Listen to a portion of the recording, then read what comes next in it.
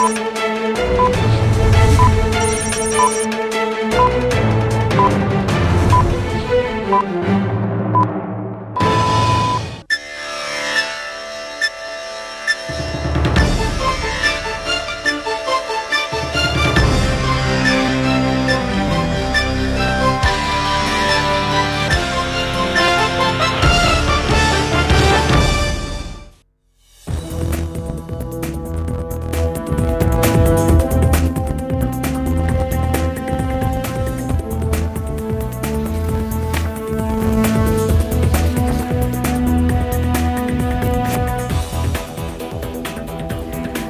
আলাইকুম, স্বাগত জানাচ্ছি চ্যানেল আই সংবাদে। এখনকার সংবাদ আয়োজন নিয়ে সাথে আছি মেহরুন্নেসা তাহমিনা।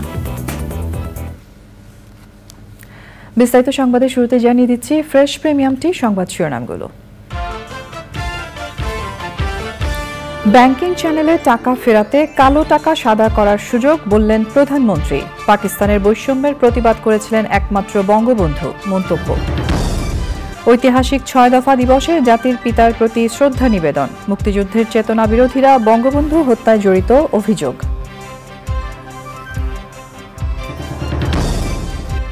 রিজার্ভের পতন ঠেকানো ও কর্মসংস্থান সৃষ্টি বাজেটের লক্ষ্য বললেন অর্থমন্ত্রী। সংকট মোকাবেলায় দিক নির্দেশনা দিতে ব্যর্থ বলে সিপিডির মন্তব্য। এবং শ্রীলঙ্কার বিপক্ষে ম্যাচ দিয়ে টি-20 বিশ্বকাপ শুরু করতে যাচ্ছে বাংলাদেশ। জয়ী লক্ষ্য টাইগার ক্যাপ্টেন নাজমুল শান্তর।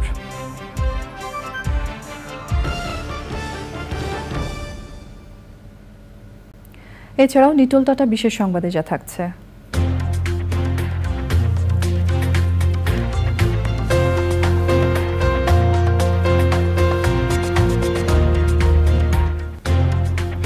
রাজধানীর হাতিরঝিলে জয় বাংলা ম্যারাথনের খবর।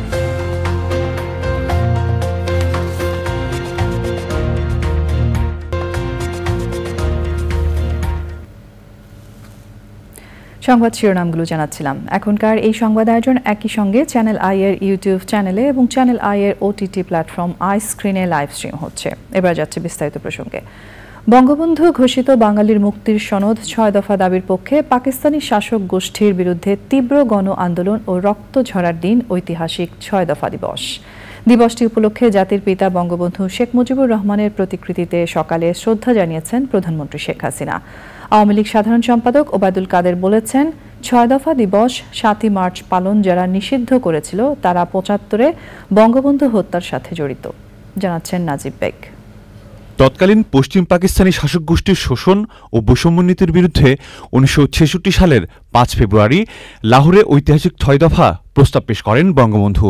৬ দফা দাবি আদায়ের লক্ষ্যে ১৯৬৬ সালের ৭ জুন আওয়ামী লীগের ডাকে তৎকালীন পূর্ব বাংলায় হরতাল চলাকালে পুলিশ ও ইপিআরের গুলিতে প্রাণ হারান মনু মিয়া, শামসুল হক, মুজিবুল হক সহ অনেকেই। বাঙালির মুক্তির সনদ হয়ে ওঠে ৬ দফা।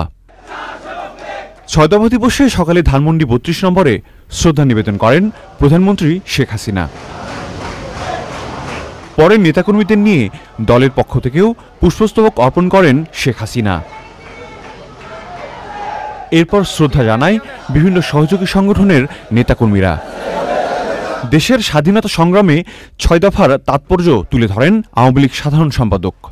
স্বাধীনতার পথে স্বাধিকার সংগ্রামের ঐতিহাসিক মাইল ফলক। ৬ দফার ভিত্তিতে ১১ দফা আন্দোলন শুরু করে এদেশের ছাত্র সমাজ। এসব দিবস পালন যারা নিষিদ্ধ করেছিল তাদের সমালোচনা করেন তিনি। এইসব দিবস ৭৫-এর পর নিষিদ্ধ করে যারা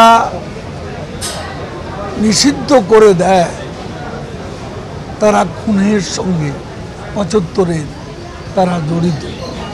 তারা বঙ্গবন্ধুকে হত্যা করেনি, তারা হত্যা করতে চেয়েছিল আমাদের মুক্তিযুদ্ধের মধ্যে। ৬ দফার আন্দোলন না হলে ৬৯-এর গণঅভ্যুত্থান হতো কিনা সেটি নিয়েও সংশয় ছিল বলে মনে করেন ওবায়দুল কাদের। নাজিব বেগ, চ্যানেল আই, ঢাকা। আওয়ামী লীগের উপদেষ্টা পরিষদের সদস্য মোজাফফর হোসেন পল্টু বঙ্গবন্ধুর ৬ দফা আন্দোলনের সময় ছিলেন ঢাকার কমলাপুর ইউনিয়ন শাখা আওয়ামী লীগের সাধারণ সম্পাদক।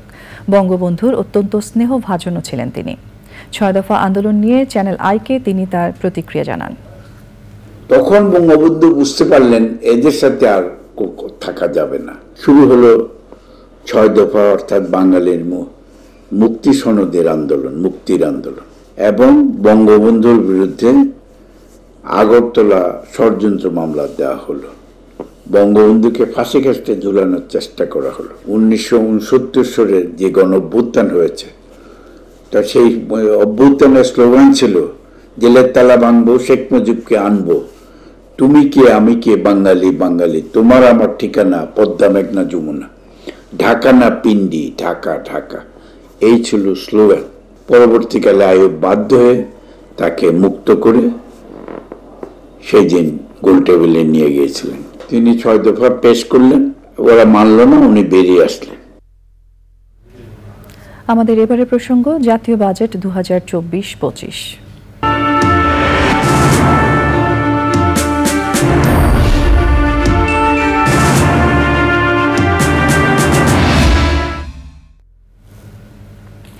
অর্থনীতিতে অস্থিরতা কমানো, বিশেষ করে মূল্যস্ফীতি কমিয়ে ৬.৫ ভাগে নিয়ে আসা, বিদেশি মুদ্রার রিজার্ভের পতন ঠেকানো এবং কর্মসংস্থান সৃষ্টি করার লক্ষ্যে অবিচল থাকবে সরকার।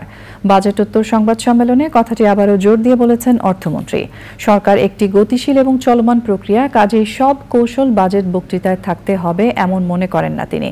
কালো টাকা সাদা করা প্রসঙ্গে এনবিআর চেয়ারম্যান জানিয়েছেন, ব্যবসায়ী সহ জনসাধারণের অনুরোধে সুযোগটি দেওয়া হয়েছে। তবে সাবেক আইজিপি বেনজির আহমেদ এই সুবিধা পাবেন না। রিজভিন আজার রিপোর্ট। বাজেট পেশের পরদিন শুক্রবার ওসমানী স্মৃতি মিলনায়তনে অর্থমন্ত্রীর সংবাদ সম্মেলন। শুরুতেই আগামী 1 বছর সরকার কি করবে, কিভাবে করবে তার একটা বিবরণী তুলে ধরেন আবুল হাসান মাহমুদ আলী। প্রশ্নোত্তরে মন্ত্রী জানান, মূল্যস্ফীতি কমানো সরকারের অগ্রাধিকার। এই বছরের শেষের দিকে এই কমতে শুরু করবে, দেখা যাক। চেষ্টা তো করতে হবে। শ্রীলঙ্কার যে অবস্থা হয়েছিল, কেউ কেউ বলেছেন যে বাংলাদেশ শ্রীলঙ্কা হয়ে যাচ্ছে, কিন্তু হয় নাই তো কাজেই এটা একটা কন্টিনিউয়াস এবং একটা ডাইনামিক মডেলের মধ্যে আমরা কাজ করছি, তো এই জিনিসটা মাথায় রাখতে হবে। সংবাদ সম্মেলনে সবচেয়ে বেশি প্রশ্ন ছিল 15% কর দিয়ে কালো টাকা সাদা করার সুযোগ নিয়ে। এটি অব্দিও হলেও এখান থেকে এখন আমরা মুক্তি পাইনি, যে জমি ক্রয় বিক্রয় আমাদের কিছু টাকা অটোমেটিক্যালি মানে আমাদের অজ্ঞাতেই কালো হয়ে যায়, মানে অপ্রদর্শিত হয়ে সুযোগ হয়ে যায়। আমি কথা বলি, কালো টাকা আলাদা প্রশ্রয় দেওয়া হচ্ছে। কালো টাকা যারা তৈরি করেন, কালো টাকা কিন্তু যারা তৈরি করেন তারা ইকোনমিতে ব্যবহার করার জন্য করেন না। কালো টাকা মূলত দেশের বাইরেই বেশি চলে যায় এবং বিভিন্ন ভোগ বিলাসের কাজে ব্যয় করে ফেলেন। বেশি বেকার যারা আছেন, বৈধ বিজনেসম্যানরা তাদের কিছু অ্যাসেটকে দেখাতে পারছেন না অডিট জনিত কারণে, সেই জন্য আমরা এটা প্রস্তাবটা করেছি। সাবেক আইজিপি বেনজির আহমেদ সহ সরকার এবং প্রশাসনের শীর্ষ পর্যায়ে দুর্নীতি নিয়ে প্রশ্নের উত্তর দেন প্রধানমন্ত্রীর উপদেষ্টা। তথ্য অনুসন্ধান প্রক্রিয়াটা তো শেষ করতে দিতে হবে এবং তারপরে তার বিরুদ্ধে ব্যবস্থা নেওয়া হবে। এ পর্যন্ত কেউ ঘোষণা করে নাই যে তার বিরুদ্ধে ব্যবস্থা নেওয়া হবে, এবং আগাম করে বলা যে না তাকে আমরা জেলে দিব, ফাঁসি দিব, সেটাও সঠিক নয়। সে যতই অপরাধ করুক, বাংলাদেশের নাগরিক হিসাবে তার যে অধিকার আছে সেটা থাকবে এবং বিচার ব্যবস্থাই সম্পন্ন করবে। 1 জুলাই থেকে নতুন অর্থ বছরে শুরু হবে প্রস্তাবিত 7,97,000 কোটি টাকার বাজেট বাস্তবায়ন। অবশ্য শুল্ক সম্পর্কিত প্রস্তাবগুলো বৃহস্পতিবার থেকেই কার্যকর হয়ে গেছে। রিজভিন আওয়াজ, চ্যানেল আই, ঢাকা। প্রস্তাবিত বাজেট চলমান অর্থনৈতিক সংকট মোকাবেলায় প্রয়োজনীয় দিক নির্দেশনা দিতে ব্যর্থ হয়েছে বলে মনে করে গবেষণা প্রতিষ্ঠান সিপিডি। বাজেট পর্যালোচনায় তাদের পর্যবেক্ষণ, মূল্যস্ফীতি প্রবৃদ্ধি ও বিনিয়োগের প্রাক্কলন অনেক বেশি উচ্চাভিলাষী ও বাস্তবতা বিবর্জিত। এই লক্ষ্য অর্জন সম্ভব নয়। কালো টাকা সাদা করার সুযোগ বর্তমান সরকারের নির্বাচনী ইশতেহার থেকে বিচ্যুতি বলেও দাবি তাদের। মাশরুর শাকিলের রিপোর্ট। নীতি নির্ধারণের জন্য প্রতি বছরের মতো এবারও সংসদে অর্থমন্ত্রীর বাজেট উপস্থাপনের পরদিন বেসরকারি উন্নয়ন গবেষণা সংস্থা সেন্টার ফর পলিসি ডায়ালগ সিপিডির বাজেট বিশ্লেষণ। রিভাইজড বাজেট 2024-এর তুলনায় 2025-এর সেটার প্রবৃদ্ধিটা 13.2%। কিন্তু যদি আমরা ঘাটতিটা দেখি এবং সিপিডির হিসাবটা মাথায় নিই তাহলে ওই 4,25,000 থেকে 25,000 কোটি টাকা থেকে 5,41,000 কোটি টাকা করতে গেলে প্রবৃদ্ধিটা কি, সেটা হচ্ছে 27.3%। যেটা বিরাট একটা উল্লম্ফন। এইটুকু করা এই বর্তমান যে আমাদের প্রাতিষ্ঠানিক সক্ষমতা রয়েছে সেটার প্রেক্ষিতে খুবই চ্যালেঞ্জিং, সম্ভব হবে না বলে আমাদের ধারণা। সিপিডি বলছে প্রস্তাবিত বাজেটে মূল্যস্ফীতি নিয়ন্ত্রণে সুনির্দিষ্ট পদক্ষেপ নেই। রাজস্ব আদায়ে অসম্ভব টার্গেট করা হয়েছে। এই বাজেটের বেশিরভাগ লক্ষ্যমাত্রা পূরণ হবে না বলে মনে করে সিপিডি।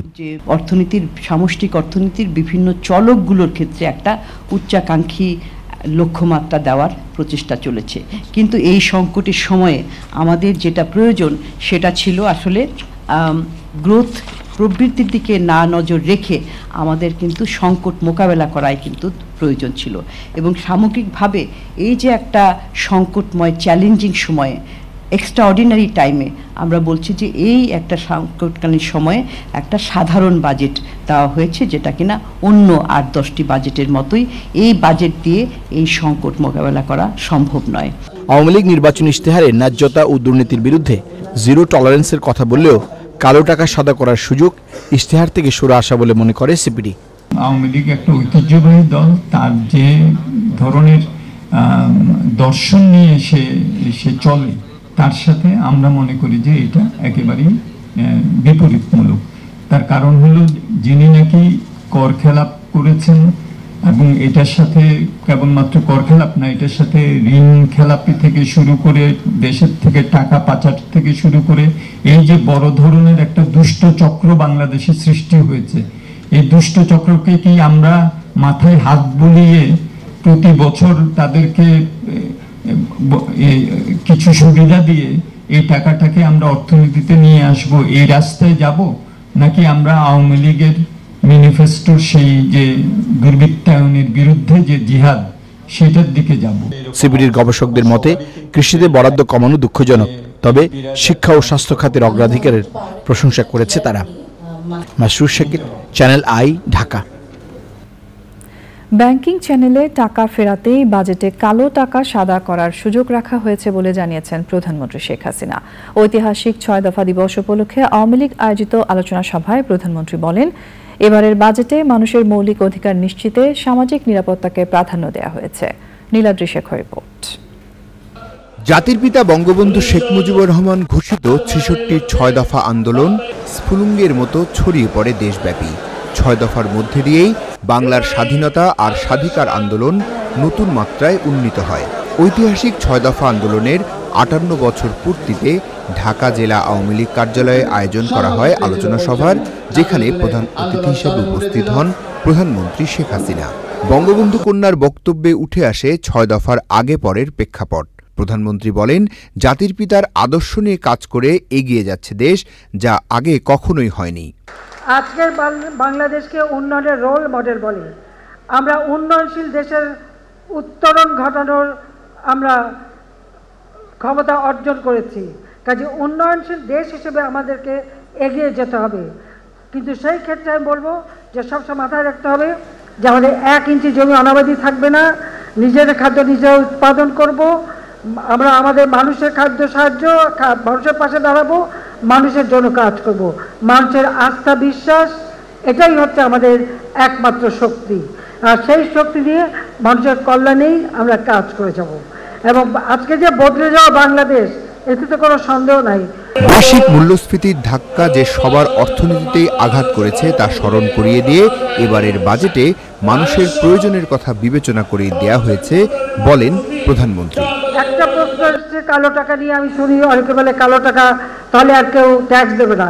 ঘটনা কিন্তু তা না, এটা শুধু কালো টাকা না, জিনিসের দাম বেড়েছে। এখন 1 কাঠা জমি যার সেই কোটিপতি, কিন্তু সরকারি যে হিসেব সেই হিসেবে কেউ বেচে না, একটু বেশি দামে বেচে, কিছু জায়গা উদ্বৃত্ত হয়, কিন্তু এই টাকাটা তারা গুজে রাখে।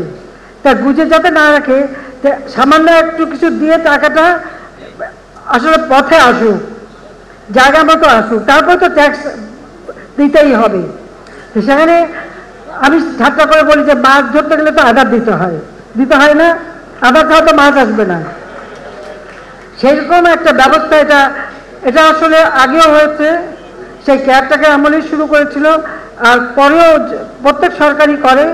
আমরা এবারও সেই সুযোগটা দিচ্ছিলাম যে ঠিক আছে, তোমরা এই অল্প ট্যাক্স দিয়ে আগে টাকাটা তোমরা ব্যাংকে নিয়ে আসো, অন্তত টাকাটা উদ্ধার হোক, সেই ব্যবস্থাটাই নেওয়া হয়েছে। এটা নিয়ে নানা কথা, নানা জনের, কিন্তু তারপরেও আমরা যেগুলি মানুষের জন্য প্রয়োজন সেখানে কিন্তু ট্যাক্স কমিয়ে দিয়েছি। প্রত্যেকটা খাদ্যপণ্য, চিকিৎসার ক্ষেত্রে, ক্যান্সার বা ডায়ালিসিস অথবা এই সমস্ত কিছুর উপর থেকে ট্যাক্স কমিয়ে দিয়ে শিল্প উৎপাদনে গুরুত্ব দেওয়ার কথা উল্লেখ করে উৎপাদন বাড়ানোর উপর জোর দেন প্রধানমন্ত্রী শেখ হাসিনা।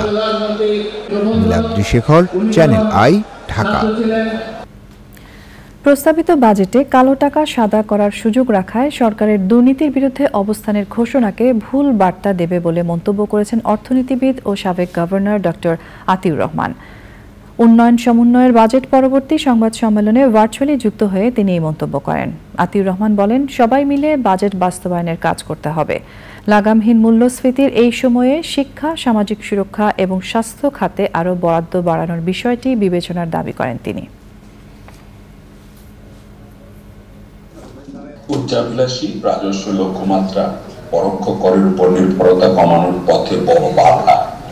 রাজস্ব বোর্ড তাদের লক্ষ্যমাত্রার ৬২% জন্য নির্ভর করবে পরোক্ষ করের উপর। এক্ষেত্রে গতানুগতিক থেকে বেরোনো সম্ভব হয়নি। এই জায়গাটাতে হয়তো বিশেষ আলোচনার সুযোগ রয়েছে। আরো একটি বিশেষ বরাদ্দ দেওয়া উচিত আমাদের সুন্দরবনের মতো যে প্রাকৃতিক অবকাঠামো বা ন্যাচারাল ইনফ্রাস্ট্রাকচার আছে, এগুলোকে সুরক্ষা দেওয়ার জন্য বিশেষ একটি বরাদ্দ দেওয়ার সুযোগ আছে। এবং বিশেষ করে এই ঘূর্ণিঝড়ের পর এরকম একটি বিনিয়োগ করলে পরে আমার মনে হয় যে এটা খুবই বাস্তবসম্মত হতো। এবারে রয়েছে নিও care T20 world cup cricket update.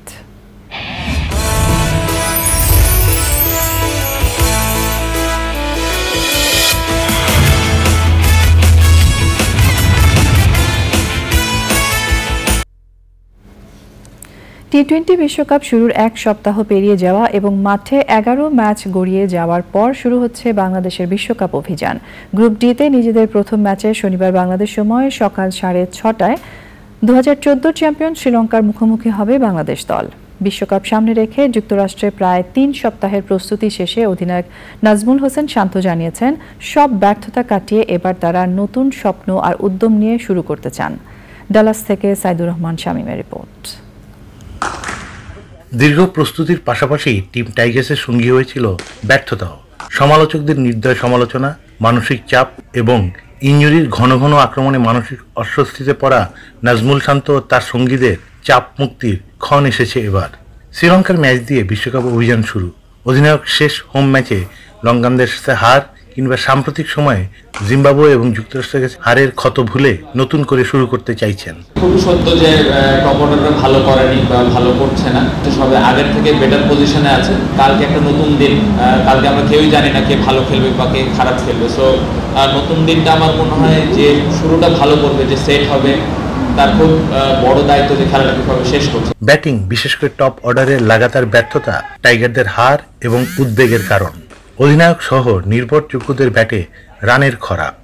শান্ত আশাবাদী, দুঃসময় কেটে যাবে এবার। নতুন বলে ব্যাটিংটা চ্যালেঞ্জিং প্রত্যেকটা টিমের জন্য, বাট এক্সকিউজের কোনো অপশন নাই। এই কন্ডিশনটা আমরা কিভাবে অ্যাডাপ্ট করে কিভাবে আমরা একটা ভালো স্টার্ট দিতে পারি, এই উইকেটটা নিয়ে আমার মনে হয় না খুব বেশি চিন্তা করার দরকার আছে। জাস্ট যার যেই ম্যাচ খেলার অ্যাবিলিটি আছে, যার যেই স্কিলটা আছে, ওই স্কিলের উপরে বিশ্বাস করে এক্সিকিউট করাটা খুব ইম্পর্টেন্ট। অন্যদিকে গ্রুপের প্রথম ম্যাচে সাউথ আফ্রিকার কাছে হেরে শ্রীলঙ্কা শিবিরও প্রচণ্ড চাপে। ব্যাটিং কোচ থিলিনা কান্দাম্বে মেনে নিলেন ম্যাচটি তাদের জন্য বাঁচা মরার। প্রতিপক্ষ বাংলাদেশকে সমীহ জানিয়ে বললেন, তাদের কঠিন পরিস্থিতি সামলাতে হবে। জানি বিশ্বকাপের শুরুটা আমাদের ভালো হয়নি, তবে বাংলাদেশের বিপক্ষে সবশেষ টি20 সিরিজ আমরা জিতেছি। আত্মবিশ্বাস আছে ছেলেরা জয়ের ধারায় ফিরবে। উইকেট ভালো থাকলে ব্যাটাররা আরো ভালো করতে পারবে। শ্রীলঙ্কার বিপক্ষে টাইগারদের একাদশ নিয়ে সুস্পষ্ট বক্তব্য নেই টিম ম্যানেজমেন্টের। তবে একাদশে ফিরছেন তাসকিন, ছিটকে পড়ছেন শরীফুল। লিটন দাস গ্লাভস হাতে উইকেটের পেছনে দাঁড়াবেন কিনা তাও নিশ্চিত নয়। শ্রীলঙ্কার বিপক্ষে ম্যাচ দিয়ে শুরু হচ্ছে বাংলাদেশের বিশ্বকাপ অভিযান। অংশগ্রহণকারী দেশগুলোর মধ্যে সম্ভবত বাংলাদেশই যুক্তরাষ্ট্রের কন্ডিশনে খাপ খাওয়ানোর জন্য দীর্ঘ সময় এখানে থেকে প্রস্তুতি নিয়েছে। প্রস্তুতির পালা শেষ, এবার ম্যাচে নিজেদের যোগ্যতা প্রমাণের পালা। অধিনায়ক শান্ত জানিয়েছেন তারা ঠান্ডা মাথায় অতীতের সব কিছু ভুলে নতুন করে বিশ্বকাপ অভিযানটি শুরু করতে চান। তারা দেশবাসীকে একটি আনন্দের উপলক্ষ এনে দিতে চান, সেই চাওয়াই যেন পাওয়া হয়, এটাই সবার কামনা। Saidur Rahman Shamim, grand prairie cricket complex, Dallas, channel I. শনিবার সকাল 6:30টায় শ্রীলঙ্কার বিপক্ষে ম্যাচ দিয়ে শুরু হচ্ছে বাংলাদেশের বিশ্বকাপ মিশন। তার আগে আইসিসির অফিসিয়াল ওয়েবসাইটে বাংলাদেশের সাকিব আল হাসানকে নিয়ে একটি ভিডিও প্রকাশ করা হয়েছে। সেখানে সতীর্থরা সাকিবকে নিয়ে অনুভূতি প্রকাশ করেছেন।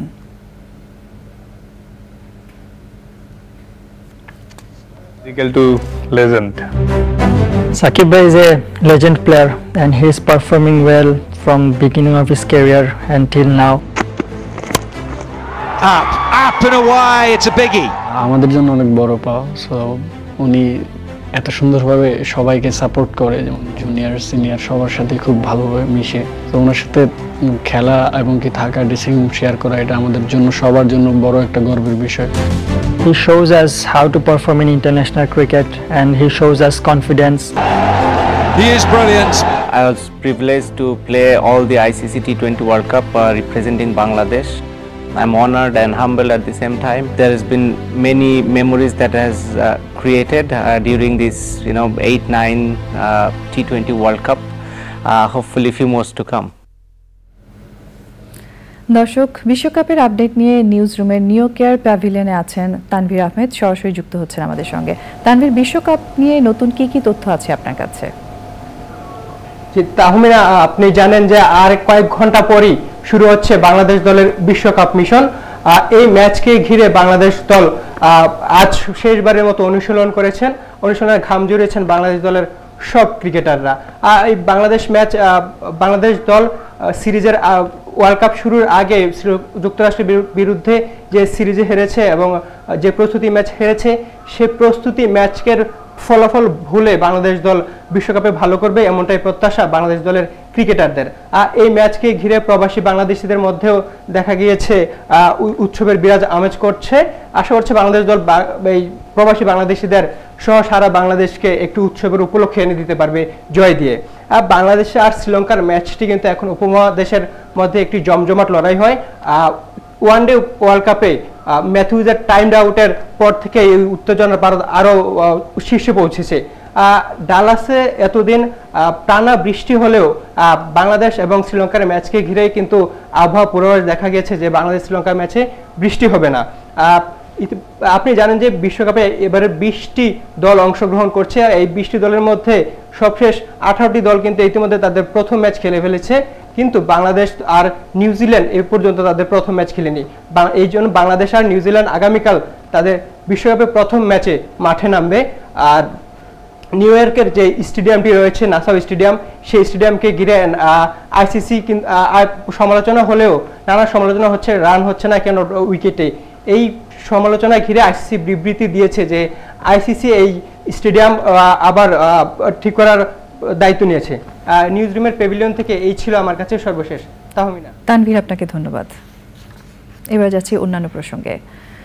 প্রধানমন্ত্রী শেখ হাসিনার প্রেস সচিব হিসেবে নিয়োগ পেয়েছেন দৈনিক আমাদের নতুন সময়ের এমিরেটাস এডিটর নাইমুল ইসলাম খান। বৃহস্পতিবার জনপ্রশাসন মন্ত্রণালয় এই সংক্রান্ত প্রজ্ঞাপন জারি করে। প্রজ্ঞাপনে বলা হয়েছে, মোহাম্মদ নাইমুল ইসলাম খানকে যোগদানের তারিখ থেকে প্রধানমন্ত্রীর মেয়াদকাল অথবা তার সন্তুষ্টি সাপেক্ষে সরকারের সচিব পদমর্যাদায় প্রধানমন্ত্রীর প্রেস সচিব পদে চুক্তিভিত্তিক নিয়োগ দেওয়া হয়েছে।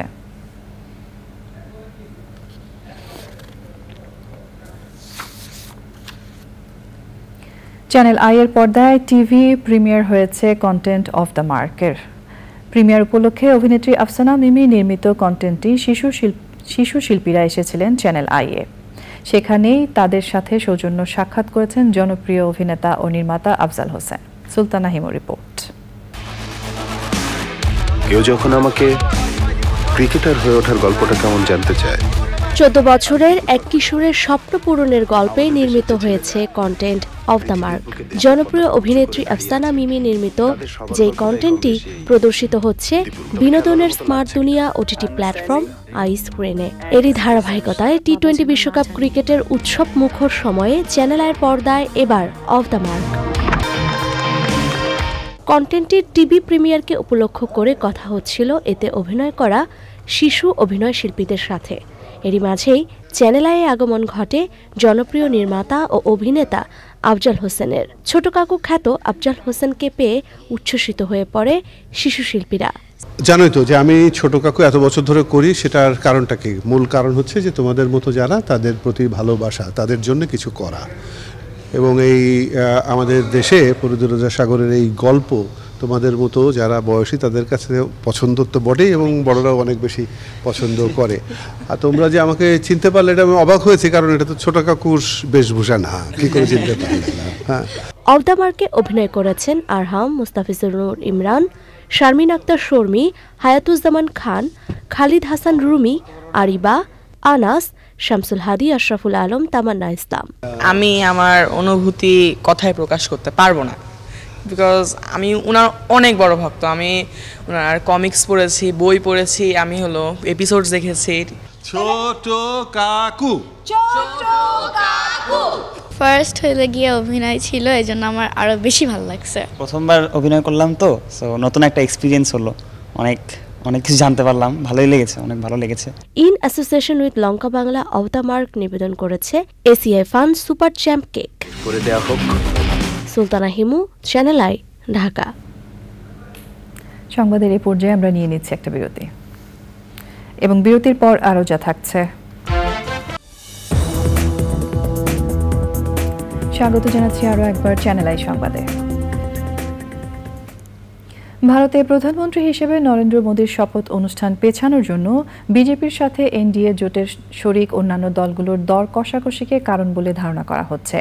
দেশটির বিভিন্ন সংবাদ মাধ্যম জানিয়েছে, বিজেপি নেতৃত্বাধীন জোট এনডিএর দলগুলোর মধ্যে দফায় দফায় আলোচনা চলছে। এবার রয়েছে আই স্ক্রিন সাংস্কৃতিক সংবাদ।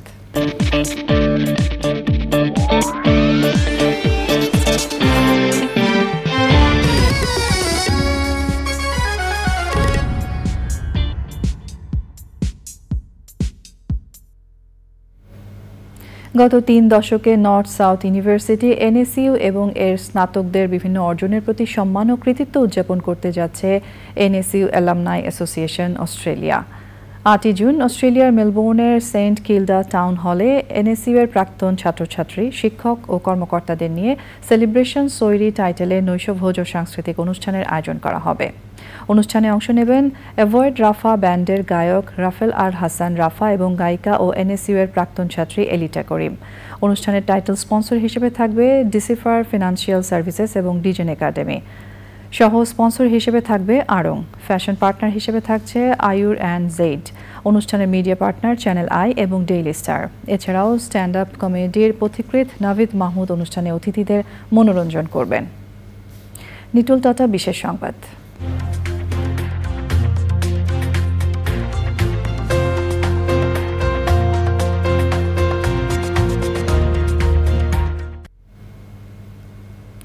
জয় বাংলা বলে আগে বাড়ো প্রতিপাদ্যে রাজধানীর হাতিরঝিলে হয়েছে জয় বাংলা ম্যারাথন 2024। শুক্রবার ভোরে এই ম্যারাথনে প্রায় 3,500 দৌড়বিদ অংশ নেন। এবারে রয়েছে কৃষি সংবাদ।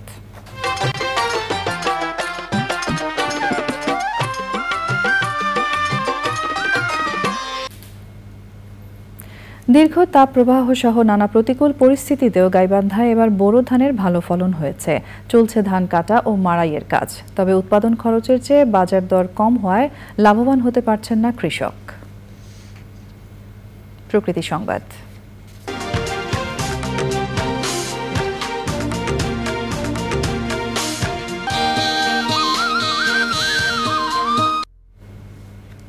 বৃক্ষরোপণ সহ বিভিন্ন কর্মসূচির মাধ্যমে সারা দেশে উদযাপিত হয়েছে প্রকৃতি ও জীবন ক্লাবের প্রতিষ্ঠাবার্ষিকী। বৈশ্বিক উষ্ণতা, প্রাকৃতিক বিপর্যয় রোধে সারা দেশে সবুজ বেষ্টনী তৈরিতে প্রকৃতি ও জীবন ক্লাবের ভূমিকার প্রশংসা করেন বিশিষ্টজনেরা। সংবাদে এরই সঙ্গে আমরা নিয়ে নিচ্ছি আরও একটা বিরতি। এবং বিরতির পর খেলার খবরে যা থাকছে। স্বাগত জানাচ্ছি আরও একবার চ্যানেল আই সংবাদে। এবারে খেলার খবর।